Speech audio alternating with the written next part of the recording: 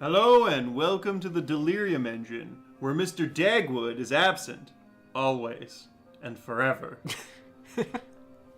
Jesus. Today we are once again jumping into another episode of Let's Module, where we create a module based on previous modules that we built. They're usually pretty minimalistic because we only have a couple of hours to do it. And usually they're character motivated, and we sort of discuss the kinds of barriers and whatever that we want to put up. Yeah.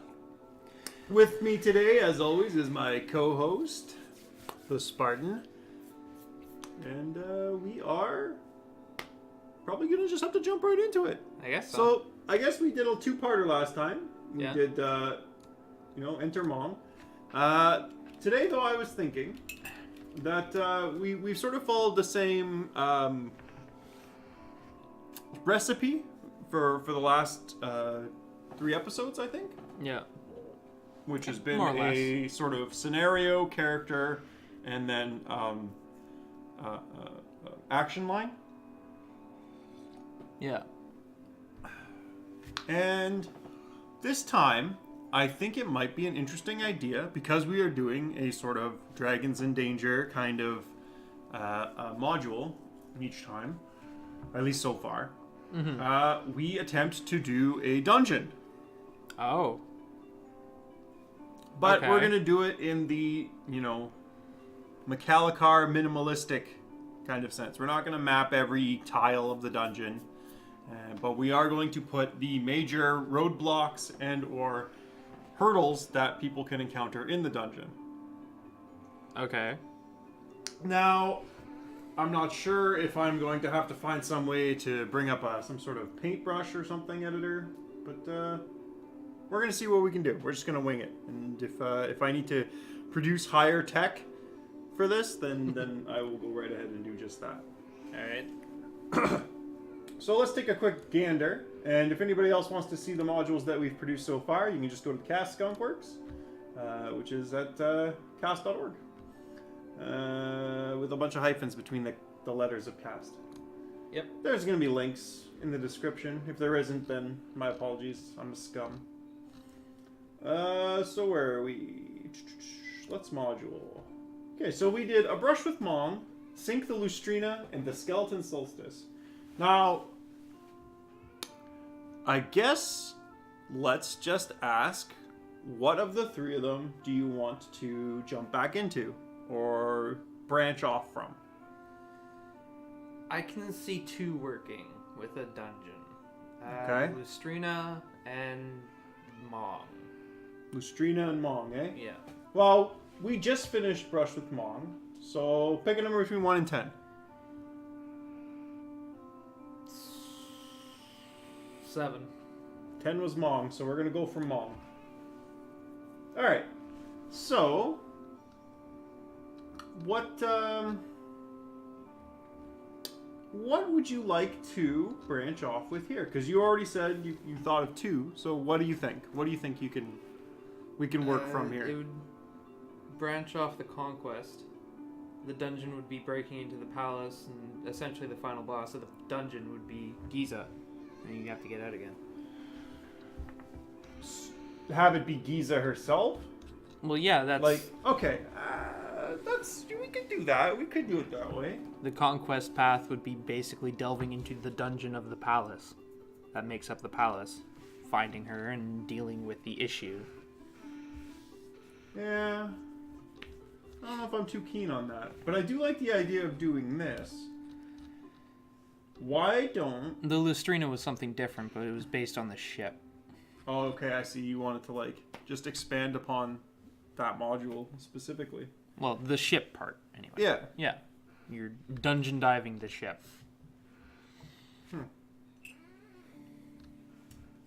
Well, seeing as how we've picked Brush with Mong, why don't we go with this idea of taking down Giza, right?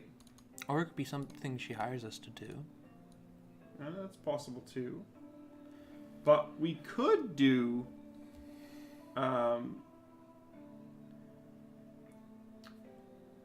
the cons of Mong, like, she has a thing where she wants to become a lich, right? Yeah.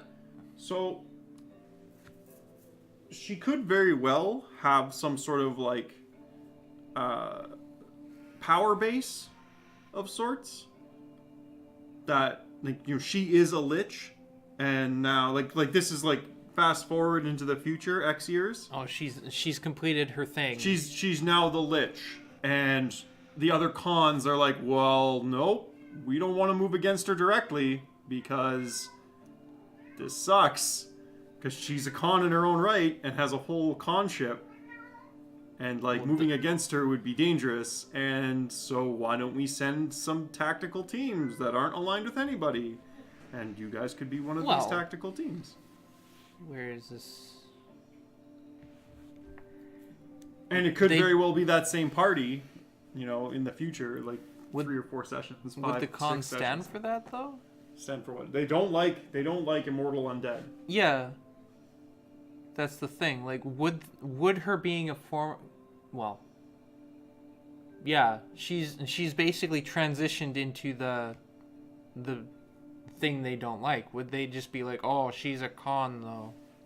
Well, no. Or would they see her as a? The way I was thinking of it was, she's a con, which means she has an army, and she has, like, she's got sorceress power, a formidable army, and like, a major, like she has actual solid control base. So any one of the other clans going solo against them opens them up from attacks from the other clans. So like, it's, it might be like a cold conflict of some sort, where it's like nothing is worth it. Like, there may be various reasons why it's not worth it to do this, because it's just going to be a meat grinder, and it's going to leave them, like, and leave all the, like, even if all the ones that were bordering her got together, they would all be left basically completely wasted, to the point where the guys beside them, but not bordering them, will just come in and take their clans. This kind of thing, where it's like, and so much time has passed, we could do some hand waving, but like, the point is for political reasons, they can't just go in. They refuse. It's just, no. She's not like associated with Mong per se, but she is? I don't know. This is what I'm thinking. Like, if you want to try something else, we can do that. Do you want to go with another direction? I guess I can see it happening if we do some hand waving, but Well, like, I don't even think that much hand waving has to go on. Like, it's the hand waving is just the, like, all the whys of each individual clan. Like, we're not going to write up all those clans and that kind of thing. I wasn't planning on that. I was more looking towards the dungeon itself, and just, this would be the flavor of this dungeon. Yeah. Oh, it's thinking. My thinking on it is that all the clans all of them would band together against her. Okay, well then we'll not do it. No, then we're just not going to do it, because it's no good. It doesn't make sense. We won't do it. Because the very first one is they will always band together against outsiders, right? That's the first note on the Mong. Yeah. Right? And she essentially makes herself an outsider by turning into a powerful undead. Okay. So, on top of, she also is now usurping their lands. Like, they were hers, but they're part of Mong. So technically, they're in constant shift with everyone. Mm-hmm. Okay. Fair enough. So let's do something else then. Let's try to move at it from a different angle. Like, I like the idea, but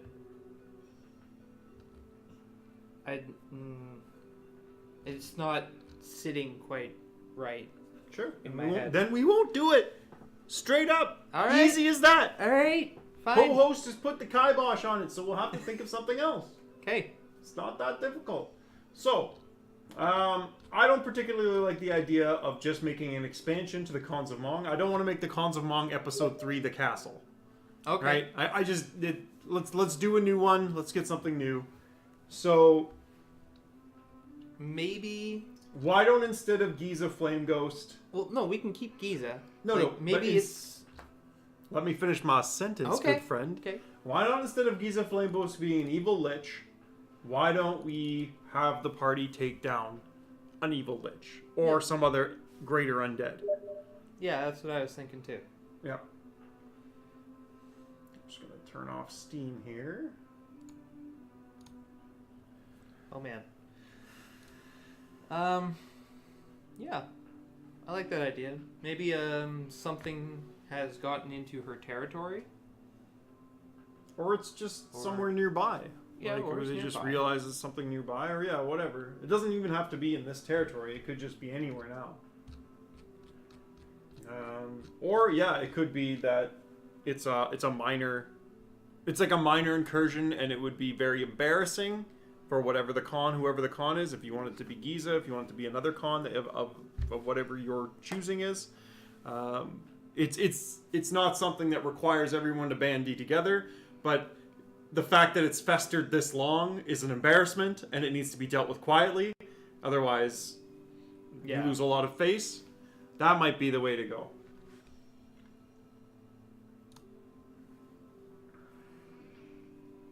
Yeah. So I think, how about that? Does that sound good? Yeah, that So we sounds can pretty good. we can invent the new villain, and we'll go with that. All right, sounds good to me.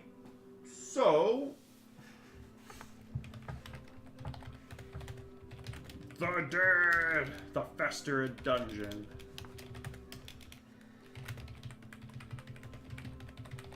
Oh man. We're gonna call it the Festering Dungeon. That sounds pretty good. Mm-hmm. So, one of the cons of Mong.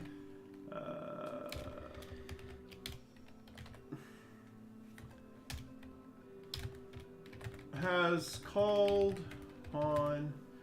So, can you think of anything? Think of the while I'm writing this, sort of out loud. Contemplate what kind of greater undead we should throw into this dungeon. Well, we could try vampire.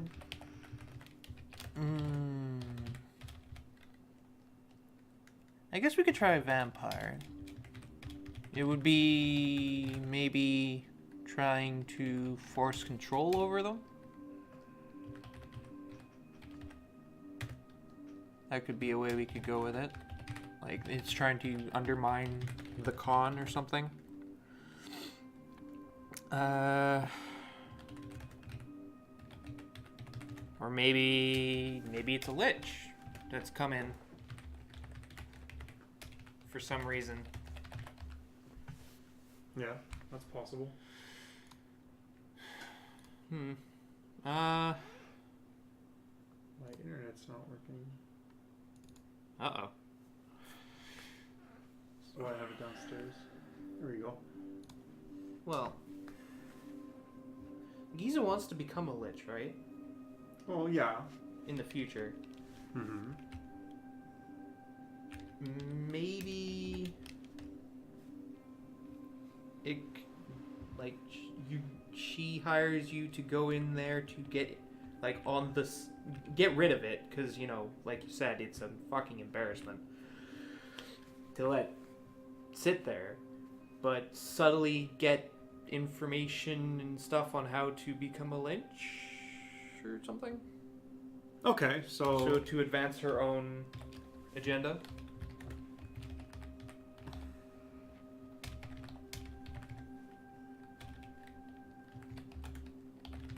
Because that way you already have.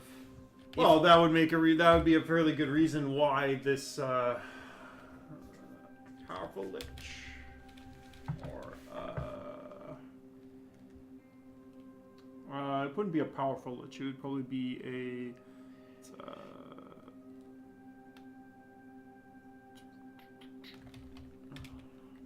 I'll just put a lich. To destroy the sanctum of a lich that has grown and been neglected. Been neglected too long. Ghostlands.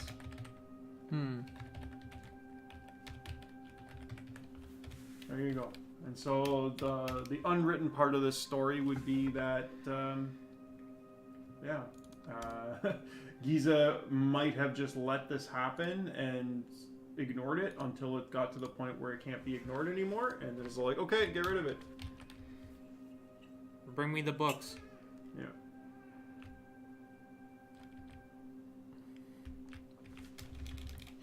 Yeah, that could be it.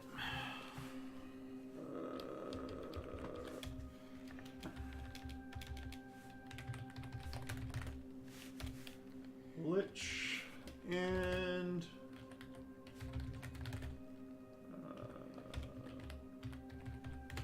that has grown and been neglected / remain unseen too long on Flame Ghostlands. Okay, great. Okay. That sounds like a good start. So my next question is where... So there are things that dungeons have to have. They have to have an entrance. Yeah. Let's get rid of this stupid italicizing.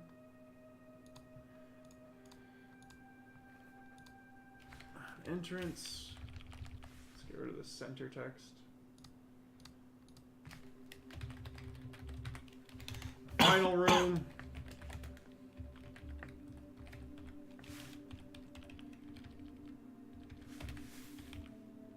What do you spell entrance?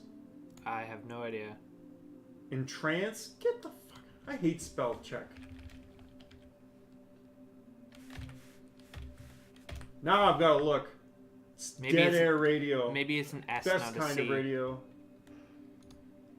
I think it might Google be an search. S. Oh, Opening such as a door, passage, or gateway. I guess it is E-N-T-R-A-N-C-E. What did I spell? E-R. E-N-T... Weird. Yeah. Okay. Oh, I suck at English. So an entrance and a final sanctum, and then stuff that's in between. Yeah. So, I guess the question is, pick a number. We'll make this a fairly large dungeon, so maybe we'll spend multiple episodes. We'll do each floor Okay. until we reach the lich. That seems like an interesting idea. So pick a number between 1 and 10. 4. Okay, so it's going to be 6 floors. Okay. Because I inversed it. Verse 10. So what, if you would have picked a high number, it would have been 2. So the dungeon...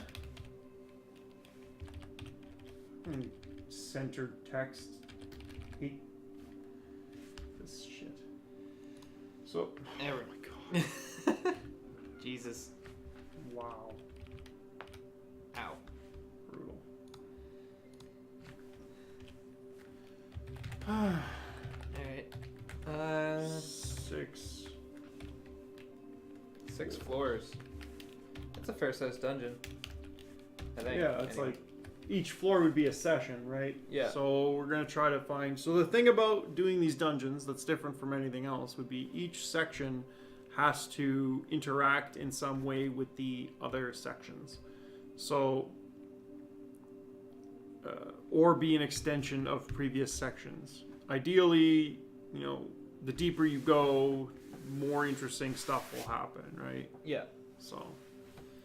All right. And let's try to do, each floor should have about 20 interesting things in it.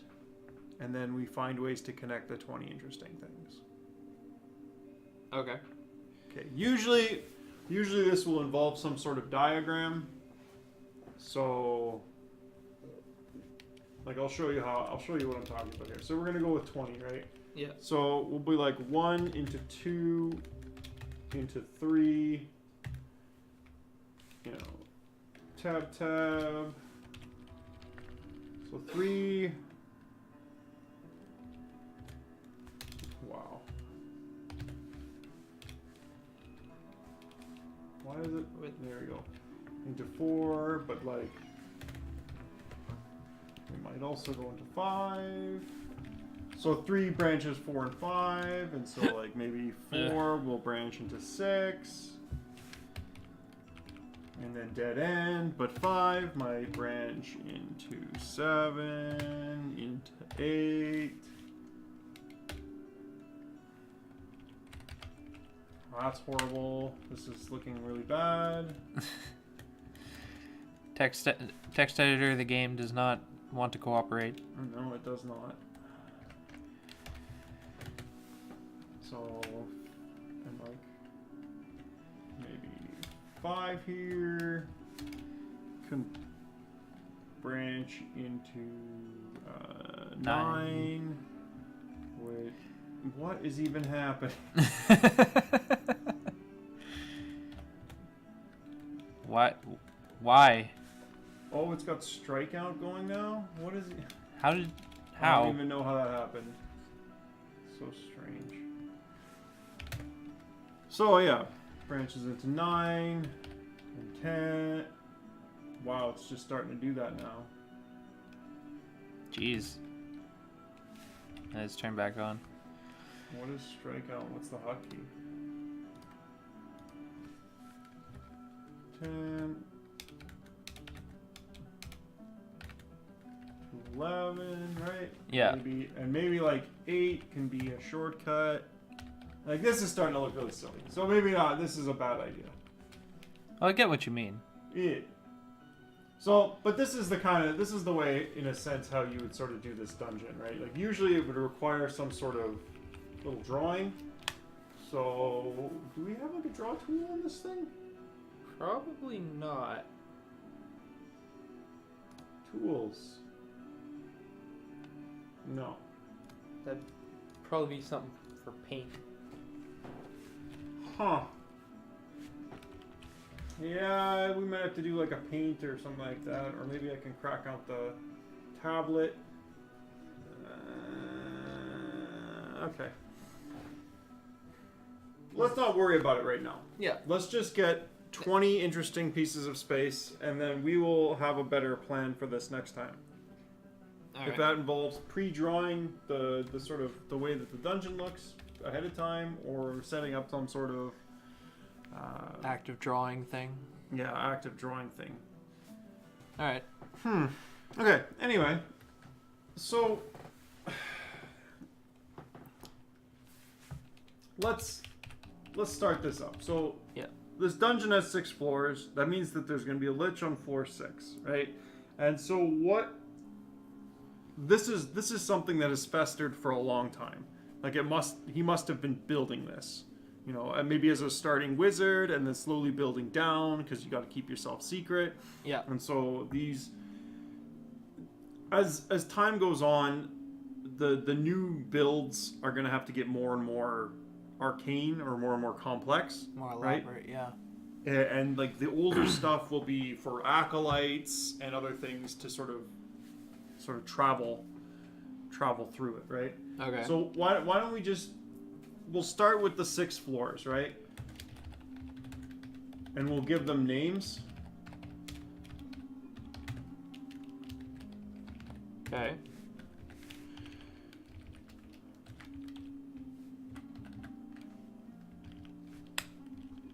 Oh. 2, 3, 4, 5, 6. Yeah. Getting fancy. So Alright. okay, so why don't we say, for the sake of hilarity, that this floor could count as sort of like a timeline, right? So like this wizard maybe started at floor 1 as like, you know, an adept wizard, and then by floor 2 he had become sort of, you know, More advanced. like almost like an archmage, like an eye wizard, and then like by floor 3 he was like real top notch, like to the point where now, you know, he has resources and moved things and started doing things that would allow him to acquire the means. Floor 4 was probably the experimenting stage. It's like this is where he started having to build labs and things like that to make sure that this is all going to work out, because lichdom isn't something you fuck around with, because it kills you and you die forever if you don't get this done right. Yeah. So, and then floor 5 might be the lichdom floor, so we'll just do that.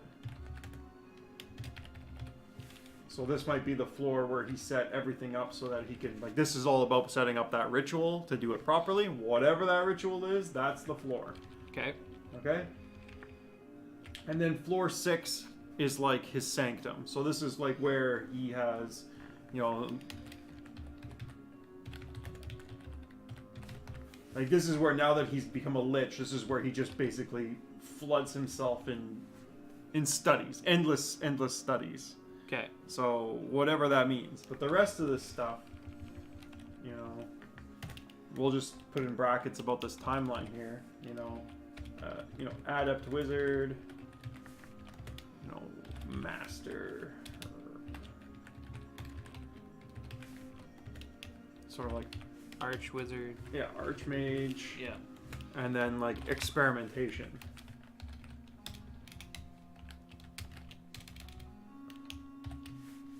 Yeah.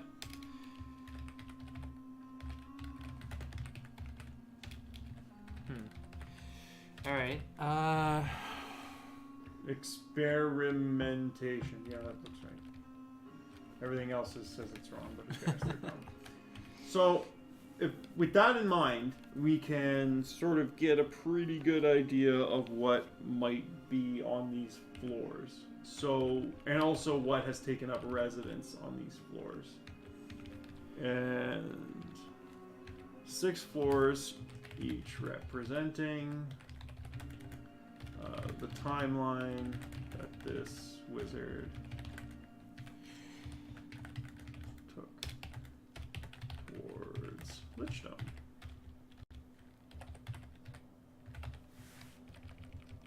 Put the E there because we're cool guys that spell Lich with an E. Okay. Okay, so I guess the next question is, who is this wizard? So we really can't go forward unless we know what this guy was, who this guy or lady or whatever this was, right? Okay. So let's talk about the Lich. What's his name?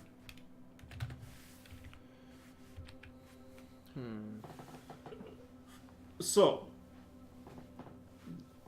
what are we feeling here? Is this guy going to be a Khan of Mong? Or is he going to be a Mongese noble? Is he going to be from Mong? Or is he going to be somebody who moved in? An outsider? Yeah. Okay. So, do you think he should be an outsider from an existing place or a new place? Probably a new place. Okay. I don't think anywhere we've really talked about so far is heavy in the magical sense. Okay. Well, maybe. okay. No, let's go with that. I have an idea. I have a thought. Okay. And so,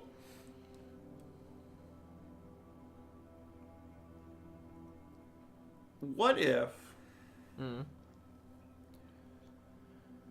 this person was like a mer person?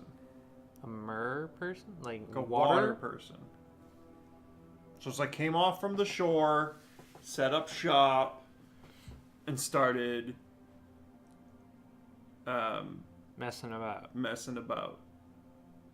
Did we ever say if Flame Ghost was like had a port? No, I think we might have offhanded, like not written down, like something about mountains at one point, but. Okay, well maybe then we'll say no to that idea.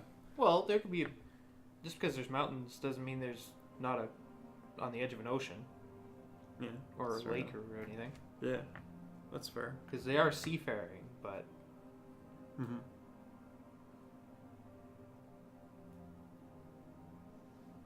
Who knows? Maybe she does have a port. Maybe that's where the palace is on a port. Maybe it's a palace city. Maybe. I never really thought of a port. I was never thinking about ocean. But Mong does have a navy. Yeah. We know that. And so, like, the clans all together, whether Flame Ghost herself has one, I don't know. I don't think she does. Okay, I so think about let's say no. No? No. Okay. Okay. So we're gonna cancel that idea. It was a thought. I liked it. It was good. Yeah, maybe It next was time. interesting. Yeah. So let's see if we can find something similarly interesting.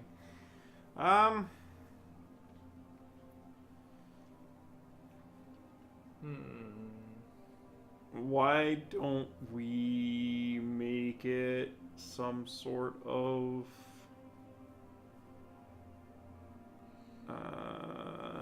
Subterranean thing? yeah, maybe like a lizardman or a troglodyte or something. I always have a bit of a love for those kinds of things. I like troglodytes. Yeah, I could see it. Yeah, I could see it. Troglodytes being like D&D ones. They're like lizard. They're like newt people almost. Do you know what it looks like? Here, I'll look it up. I'll show it. Not really.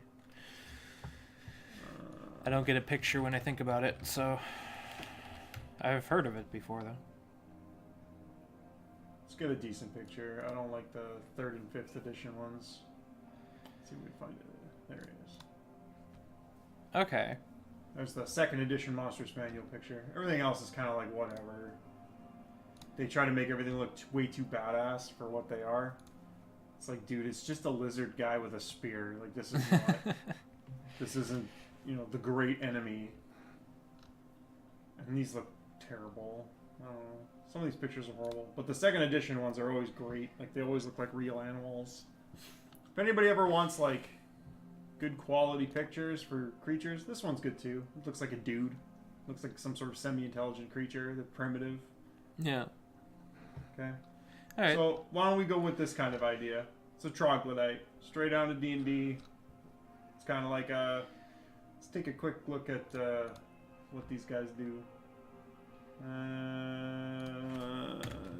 20 SRD. Just to see what they look. Because people like to use D&D generally. And it gives you a good idea. Oh yeah, they stink. They stink? Yeah, it secretes this gunk that makes it smell. Oh. And they get, yeah, they gotta be, or they get sick. So this place is gonna smell bad. I think it changed color, but this guy's gonna be a lich, so it doesn't really matter. Yeah. Alright. Okay. So, it stinks and it's, yeah, it'll smell. And they're like marshland. So they came in from a marsh, started digging holes, started becoming wizards. Oh man. So, I guess the next question is, alright, so...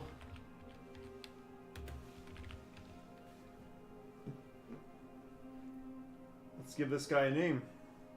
And this name will... Are we gonna make it like super primitive style name? Like almost like a non-name? Like Crunch No. or No. Like, Shock?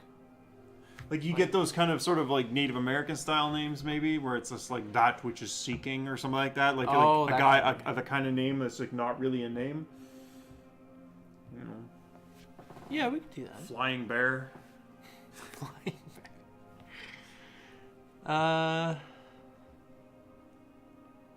Yeah. I like that idea. Okay.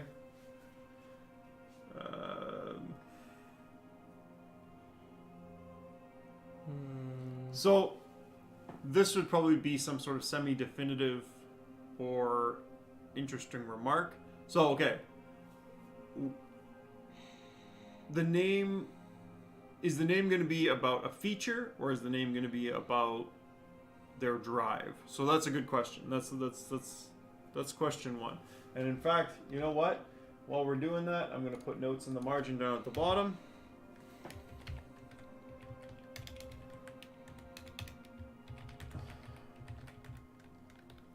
The marshes, and about the marsh people.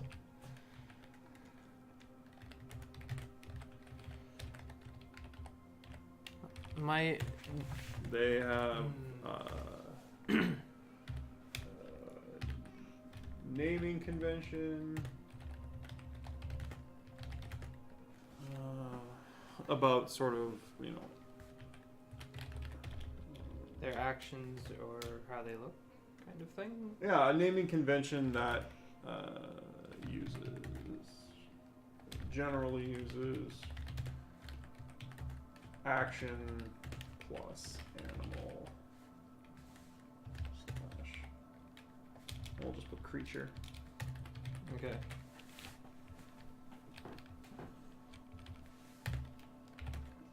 Or in rarer cases, just actions. There, why don't we do that? Okay. So we can do that there.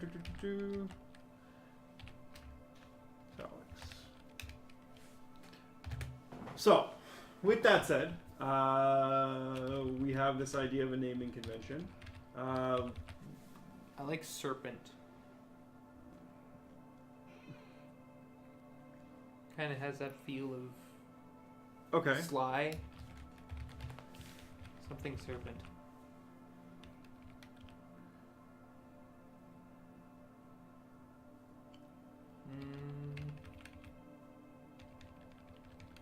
Serpent. Well, that would be the creature. What would the action be? So what kind of action? Like, it could be the gazing, the... Ooh. We could put her. We can call him Horizon Serpent.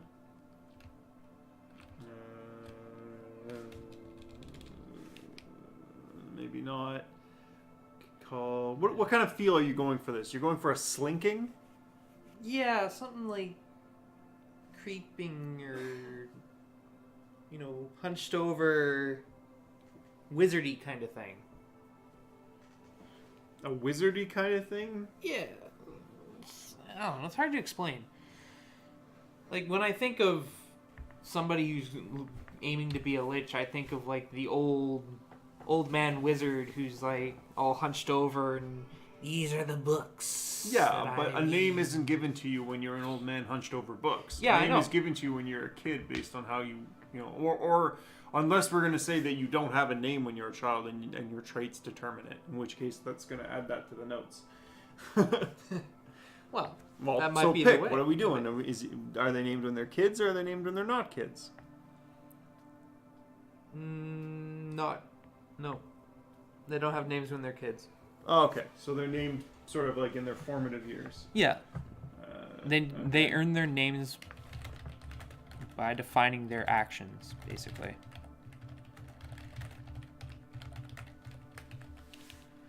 Okay. So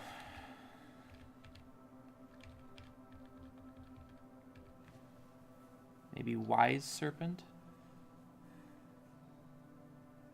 Kind of like the idea of like hungry. Because to be a lich, you've got to be a monster. Like it's not something that you do just for fun. It's not like, man, I really want to like get some knowledge, so I'll just become a lich, right? Like No, you're literally killing yourself and likely hundreds of others just to get this thing to happen to you. Like Yeah. the reason why they never outline how to become a lich is because it's supposed to be so vile. Like this process is supposed to be so horrific that good people would not do, and in fact would see these things and burn the fucking texts. These are not. This is not a thing that you do lightly. This is a thing that only the most devoted and horrible kind of people who are so single-minded that no one else matters. Okay. Baby's blood is a minor reagent in lichdom. Just think of it like that, right? Like it's these. That's rough. Yeah, I get it. Okay.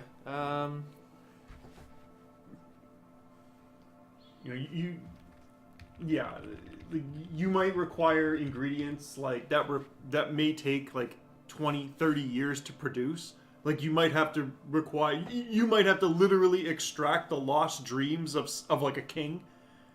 Like, you have to build up the dreams, have the king almost reach it, and then at a specific moment extract those, like, the lost future from that king and then have his kingdom fall down. Like, this is the kind of nonsense you might have to do to become a lich. It's not just like, all right, cast a spell and a limited wish.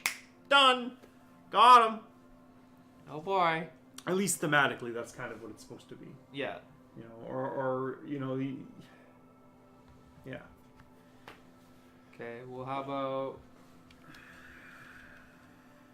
Let's see, something... ravenous?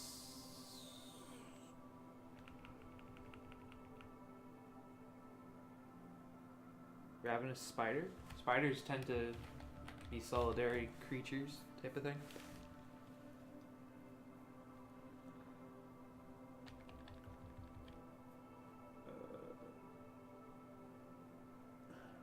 They basically trap and kill everything that they come across. Yeah. The serpent is pretty good. I like the we sort of settled on serpent. I like ravenous. Ravenous serpent is an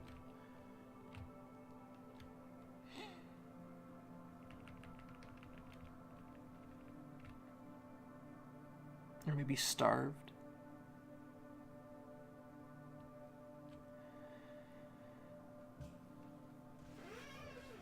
Why don't we just stick with Ravenous Serpent? I'm Okay. looking at it and going, whatever, that's his name.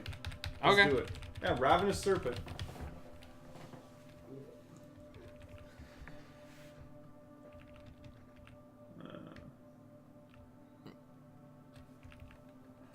I'm not The going to call Lich. him the Lich. It's not going to be his title.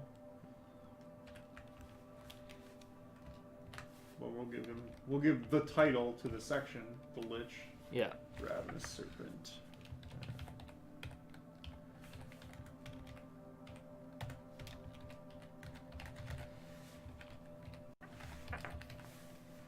Okay. And we'll just do that just so we know who we're talking about. He's from the marshlands, he's a troglodyte. It's not like his title or anything, but... Yeah. So, like we were sort of doing with the other character, let's throw some quick points in. 1, 2, 3, 4, 5. Okay. So, I think we said, by dint of him being a lich, you know, this is... This is not a good person. yeah. Evil. Long-term thinker.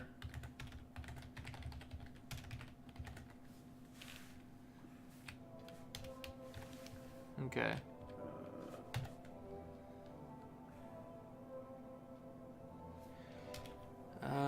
Yeah. So the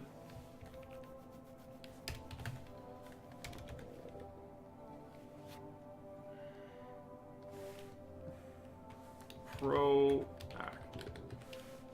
Yeah.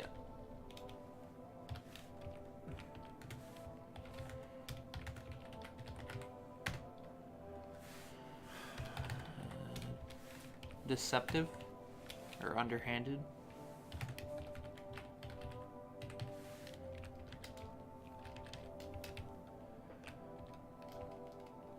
Because he's hid there for a while. He's gotta, without anyone finding him, or Evil, long-term thinker, proactive, underhanded.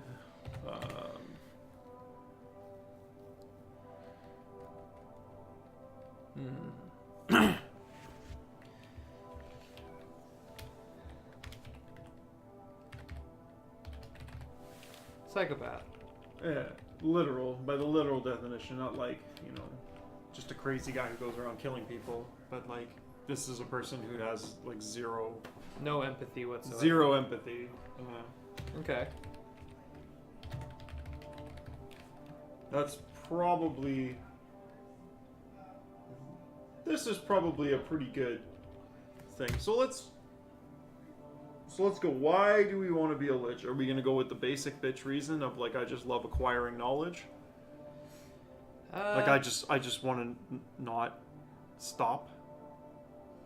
Or is there more to it? Because sometimes like, lichdom is a goal unto itself, but it's also a stepping stone to further goals. Like liches will often become, you know, they'll eventually just leave their body. Like the whole lichdom step is just like one step into achieving even further greatness. Yeah. You know, transcending humanity and or you know, sentience, like, you know, lesser sentient races altogether, and just floating off into the ethereal, Yeah. or the astral, actually. becoming more than them.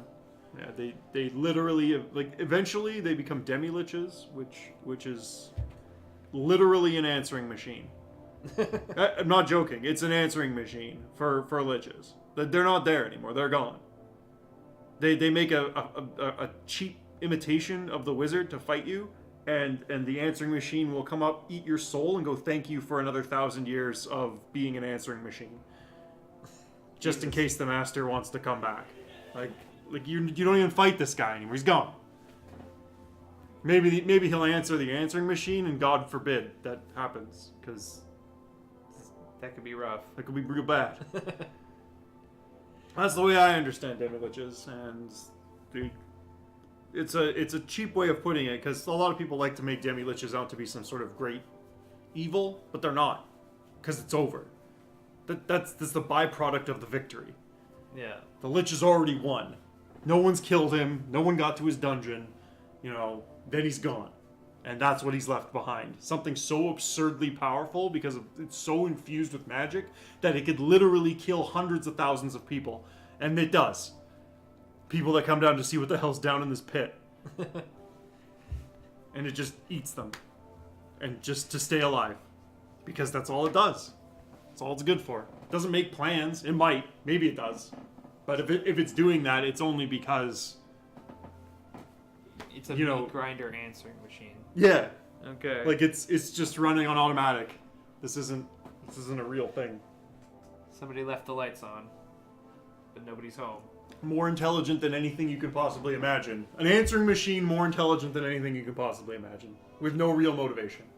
Jesus. Like, nope. I just need more souls once in a while. Every now and then we open the door and somebody walks in. And... People might come in and ask it questions and it might be able to answer it because more intelligent than you could possibly imagine. Just as easily, it'll probably just eat you. Jeez.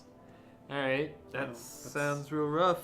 So, Sounds the point of this is like, yes, is this a stepping stone to something greater, or is this literally what he thought was his end game? Like, I just want to be undead, powerful, super undead.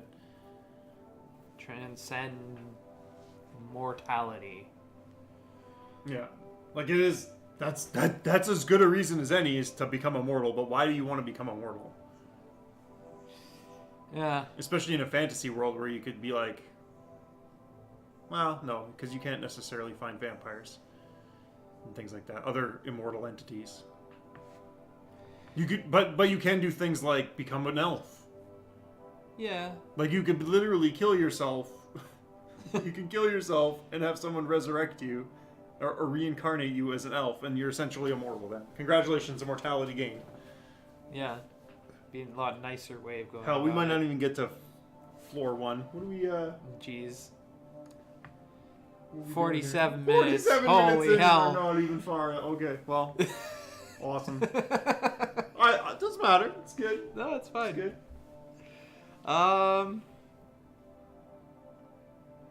Well, are troglodytes generally smart things? No. No? No, they're not. Then it's probably not a long-term project.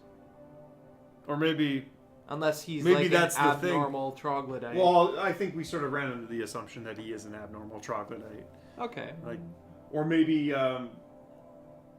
Maybe it is. Maybe it's absolutely the acquisition of power, like absolute power. Maybe the marsh people are rather oppressed by more advanced races, and like this is a result of that oppression, right? Okay. All right. Let's add that in here to the notes. The marsh folk. Oppressed in many ways. Are you adding the air quotes as you did in real life? What do you mean? Are oppressed air quotes? No. No? No, because I think they are oppressed in some ways. Like, not all of them, obviously. But, like... sure. Air quotes. Are oppressed in many ways by the more... or exploited would probably be a word. Oppressed. Probably more like exploited. Yeah, I can see that. And by the smarter races.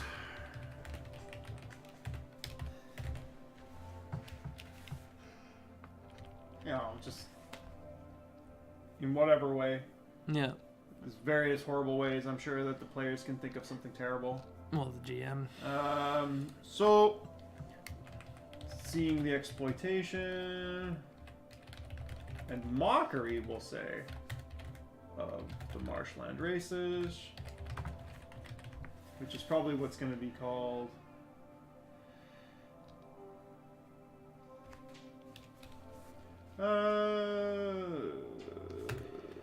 Ravenous Serpent seeks to come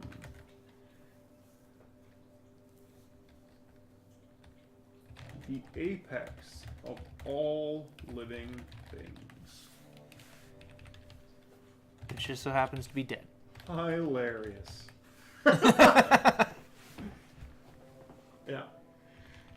So obviously the fall here, for those people who are apt to see it, would be, yes, he wanted to be the apex of all living things, and to do that he had to die. Okay. Or at least in his mind. That maybe that distorted over time, and we could use that in the timeline too, right? So it's like when he's like a wizard and a master wizard and things like that. Yeah. You know, heck, Starts maybe losing lichdom it. wasn't really in his original plan, and someone just sort of shoved that envelope under his door that the possibilities exist. Maybe someone could do all that research while somebody else runs a nation, you know? Oh, I see. Maybe. Could be. That's we won't write that one down because we don't know if that's true. Yeah. But the fact of the matter is, at the beginning of his life, that's what he wanted to be. He wanted to become the apex of all living things, the smartest of them all. So we'll put the word smartest. Like that's the one that matters the most is intelligence. Flips a goddamn note. Because yeah, like let's assume that Ravenous Serpus has either witnessed or been subject to this sort of like a mockery of his intelligence, you know, Yeah. just blatant, and suffered some indignation. It might even have been slight, it might not have been, or it might just been 100 little cuts all over the place, you know. And he's just like, no, we're done. That's it. I'm gonna go and, you know, I've learned a little bit of magic. Maybe he starts as like a shaman or whatever, and by the time he learns, like he went on like his journeys or whatever and learned some wizardry and became smarter. Perhaps he found something that boosted his intelligence, some elixirs or some other thing. Like there might be things that he can do, right? Yeah. Well, that's a good question. How did he breach his barrier? How did he breach the barrier? How did he become smarter than he ought to be? That's a good question too. I like the elixir thing. Oh yeah? Yeah. All right. Pick a number between 1 and 10. 2. Ooh, he created it.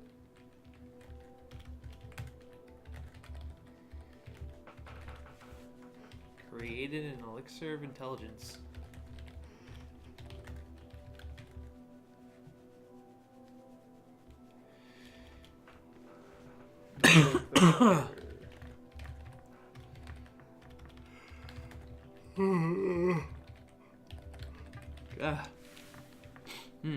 Need more tea. Yeah, that's true.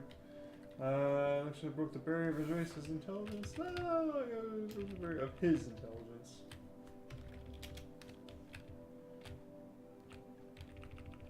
Expanding his mind into the horizons.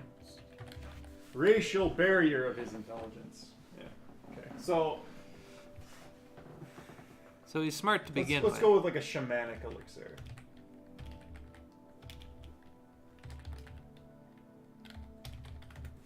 Shamanic? Shamanic? I don't even know how that means. Shamanic. Yeah, it would be shamanic. Yep. Shamanic elixir that on a shamanic elixir that broke the racial barrier of his intelligence. Paving the way. And this paved the way for his ascent as a powerful wizard.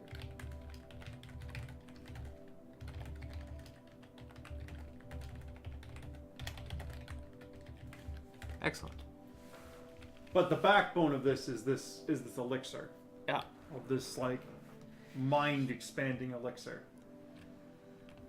So that is our like groundwork. So probably like floor 1 or whatever might be The shaman room. maybe not like the elixir room. Like Yeah. it'd be like the floor dedicated to building this intelligence elixir. And this is probably where your cult and things will start coming in. Like people will actually start showing up looking for stuff. So this is the elixir floor.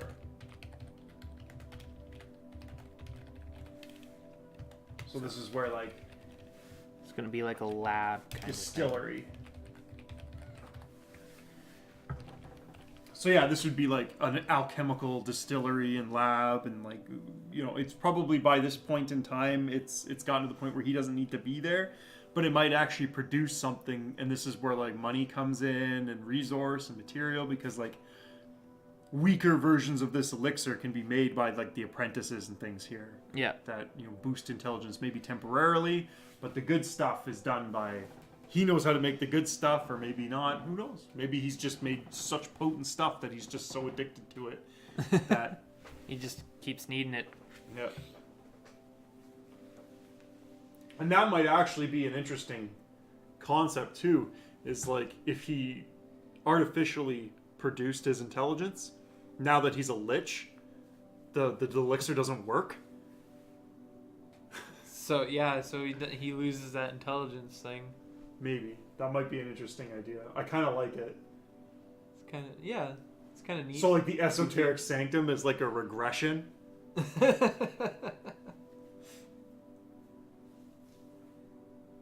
Oh, that'd be interesting. That would be. I think I'm gonna go with that.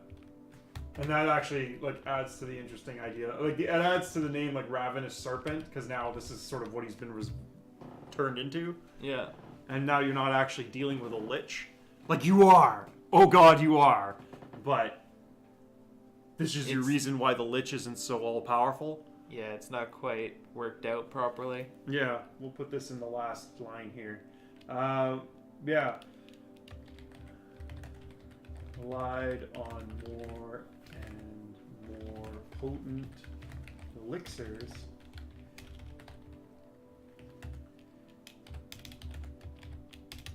He finally, Jesus, finally became a lich, only to discover that the elixir No longer works. yeah. Oh no.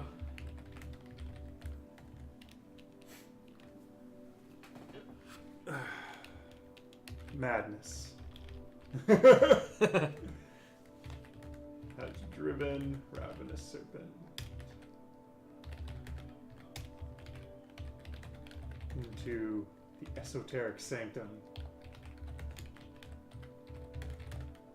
to re-engineer a solution.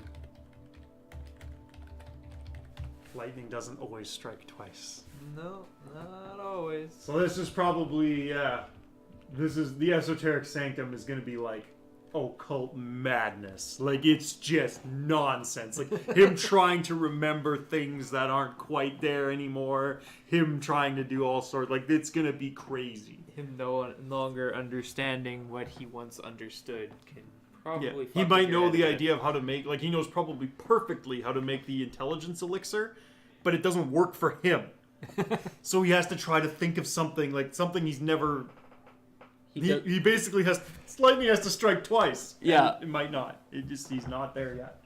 And so this is the weakness of Ravenous Serpent, is he is ravenous. All right.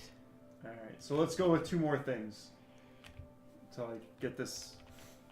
So yeah, he made that shamanic elixir. Become the effects of all living things, smartest them all.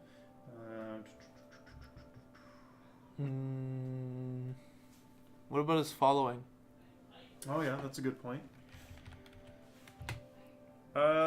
I guess. Are they more troglodytes, or are they a variety of people, or maybe they're... I don't know. Yeah, okay. we'll say how about his most devoted ones are marshland races, Yeah. right? But like the higher ups, I guess, like as the floors go higher, like when it becomes more business oriented, it becomes less. Like it's just more wizards and things like that. Like people who follow these recipes and are trying to master it for themselves, but they're not like devotees to the cause. Yeah. So like, Okay. you know, the first few floors are like they're probably not. They're probably not the most hostile floors, I guess you could say. Like depending on how you approach this dungeon, they might actually almost be passive, or maybe at the very, in the very first few rooms where it's just like, hey guys, what are you doing here? No, you can't come in here. And then once, where's your membership card? You need to see your membership card to let you in. Yeah, once you get to like maybe the Archmage Sanctum, so like this would be the cult,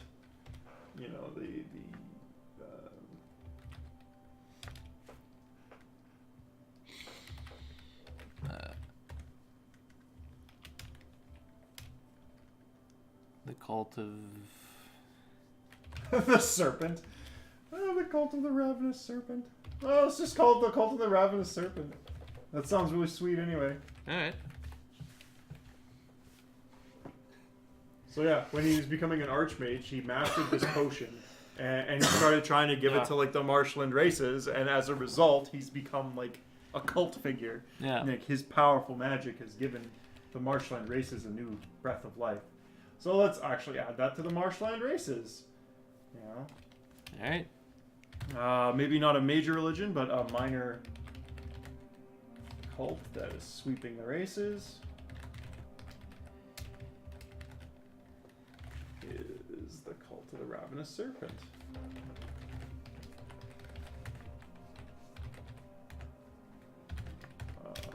Fanatical order. Devoted to the expansion of the marshland, of the minds, of the intellect of the marshland races. Sounds good. Through alchemy. We'll call it shamanic alchemy. Get your drink on, boys. Makes you real smart. Yeah.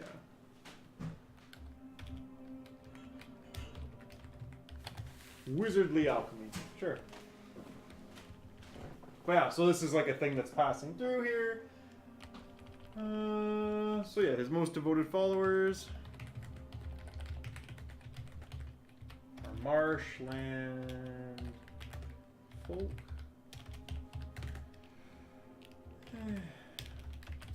With less devoted people being more interested in the fundamentals of the potion.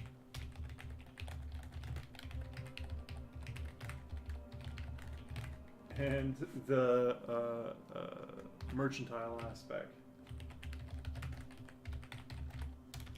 of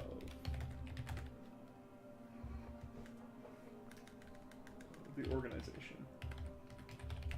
So an interesting point would be that there are people probably in the upper floors who make a fair amount of money. Yeah, and they probably spend money on securing their investments. Yeah. So the distillery would probably be floor, but like in the second floor would probably be the offices, right?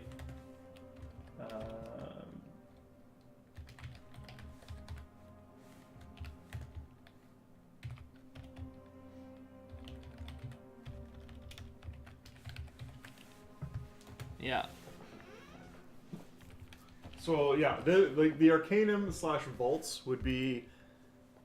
This would be where a lot of the money managers and the people like the higher ups in the order. Like, if I had to put, if we had to put like the sort of the action line here, the Elixir Distillery would be like a 2, right?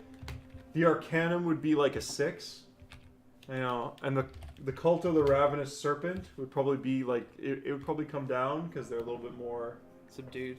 subdued. Or actually, no, they would probably be like a 9 because they're nutters. And if you can get past the cult of the ravenous serpent, the experimentation room would be your denouement. So like a 3 or a 4, actually probably a 5, right? Because it's like you're gonna have spooky shit in here, but Yeah. it's like it's way less intense than these 2 floors. Like these guys, like the Arcanum vaults would be all about securing, like destroying any intruders, securing their possessions, and making sure nothing goes wrong. Like nobody gets our secret formula, nobody gets any of that stuff. Like you're not. And then yeah, once you get past the business aspect, then you get to the religious fanatics, and they're all like powerful wizards, and this is, you know, they will not stop. And if you can get past that, then you know you get to calm down a little bit. It's going to be spooky on the necromantic exploration floor, right? And then the Lichdom floor we haven't quite gotten to. The Lichdom floor might actually be even less. Like there might be even less going on down there. Like even quieter. Yeah. Right? And then the esoteric sanctum is like where things go like 211. yeah. Like they go totally balls out. You meet the Mad Lich. Yeah. So the Lichdom floor might actually be a lot more about traps and like secrets and puzzles. Like Yeah. getting through the various rooms. So like this is gonna be this floor is gonna be the slog floor. But you know, the scary ones, the ones that kill a lot of people would probably be these 2 floors. And then the ones that like yeah, when you get to the esoteric sanctum, that's where things go totally bad shit. Because now you've got like a lich running around super frustrated. Yep. But, you know, he is a long-term thinker, and he is proactive, so who knows? Well, he's working on a fix. It's just hard to do when you lose We'll a get lot to of those your floors when we get to it. intelligence. So this is probably, hopefully people will be interested, because this is probably going to be a 7-part Jesus. series. Because we're probably going to end after we finish this. Like, we're running into an hour and 6 minutes. Yeah. All right. But that's okay, because I think we've developed a pretty interesting character in the Ravenous Serpent. So let's get one more point on this guy. So we got about his followers. Thinker. What is he like? What does he like, or what is he like? Well, what does he like? We already know what he is like. He's a long-term. He's proactive. He's a psychopath, an evil psychopath who thinks for the future and goes about unhandedly. But like, what would be around? Like,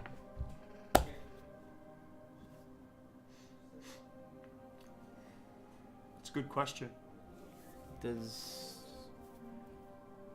the walls painted with shamanistic symbols? Has he become? So yeah, when I think of him, I don't Base? think of him liking anything. No. Like, this is a person whose single-minded devotion to a single thing. He hasn't developed any other tastes. So it's just laser focus. Yeah, that's what I'm thinking. Okay. Like there's literally nothing. Like, it's just emptiness. That is the thing. There's nothing there. No art on the walls. No art. No nothing. No decorations. No treasure. Like anything that has to do with him is nothing. Absolutely nothing. No family. No friends. He has devoted followers because he has an idea, and they're like latching on to the idea, but he doesn't do anything with them. Like, that has nothing to do. Like, they're happenstance. They're the flies on the wall. Yeah. All right. That's what I'm thinking. If you've No, got yeah, some no, other I idea- like that. That's Okay. That's real neat. It plays into. All right. Serpent has no interests, no friends, no kept treasure, nothing. Yeah. He has. Well, he has some stuff.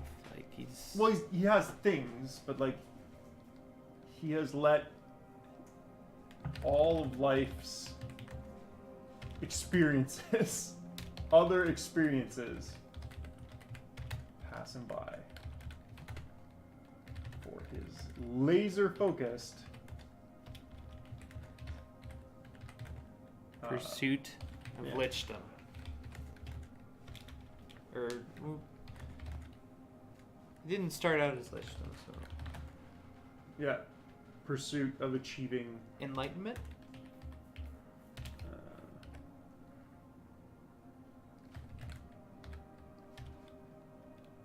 No, It wouldn't be wouldn't enlightenment. be That sounds too enlightenment. spiritual. Yeah.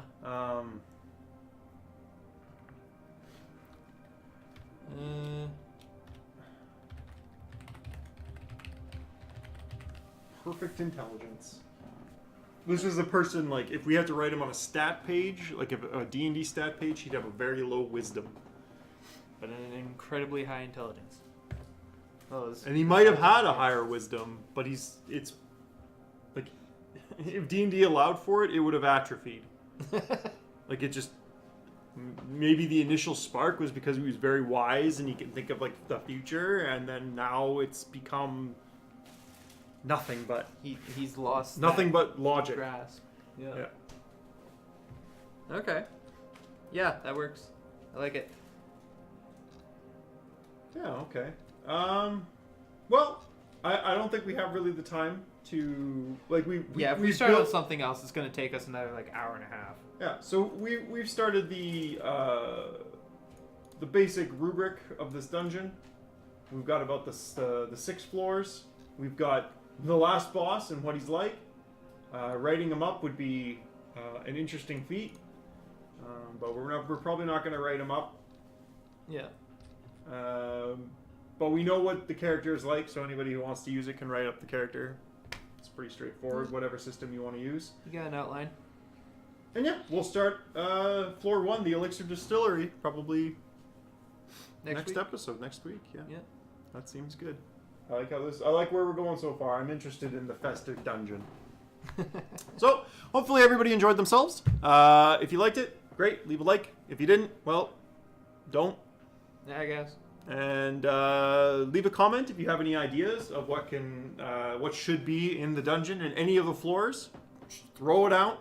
We'll add it in if I see the comment, which I will, because you get notifications when comments are posted. Oh. Oh yeah, absolutely. And yeah, we'll take a look and make sure that there are any comments. Yeah, thanks everybody for listening. I hope you guys enjoyed yourself, and you guys all take care. Don't die. And don't die.